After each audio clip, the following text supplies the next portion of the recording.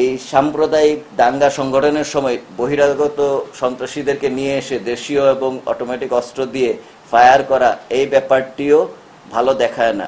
3 পার্বত্য জেলায় এটার প্রভাব কিন্তু পড়তে পারে। খাগড়াছড়ি অলরেডি এটা ফেস করে ফেলেছে এবং আমি বলতে পারি রাঙামাটি এবং বান্দরবনে যে আগামী কয়েকদিনের মধ্যে এটা ঘটবে না, সেই সম্ভাবনা উড়িয়ে দেওয়া যায় না। সো আমি সেই সাথে এইটাকে শিক্ষা নিয়ে বান্দরবান এবং খাগড়াছড়ি তারা তাদের মতো করে তৈরি হতে পারে এবং আইন শৃঙ্খলা রক্ষাকারী বাহিনী এবং প্রশাসন সেটার বিরুদ্ধে প্রস্তুতি গ্রহণ করতে পারে।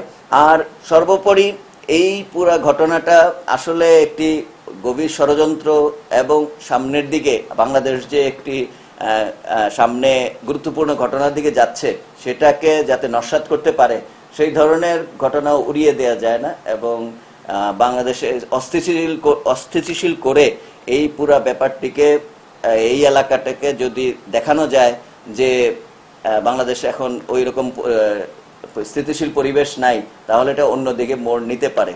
তাহলে এই জন্য বলবো যে আমরা সকলে একসাথে কাজ করতে হবে যাতে বাংলাদেশে নিরাপত্তা পরিস্থিতি স্থিতিশীল থাকে এবং আমরা একটি সুন্দর ভবিষ্যতের দিকে এগিয়ে যেতে পারি। বর্তমানে খাগড়াছড়িতে প্রশাসন কর্তৃক আরোপিত 144 ধারা অব্যাহত রয়েছে এবং পরিস্থিতি উন্নতি না হওয়া পর্যন্ত এটা অব্যাহত রাখার জন্য আমরা প্রশাসনকে অনুরোধ করব।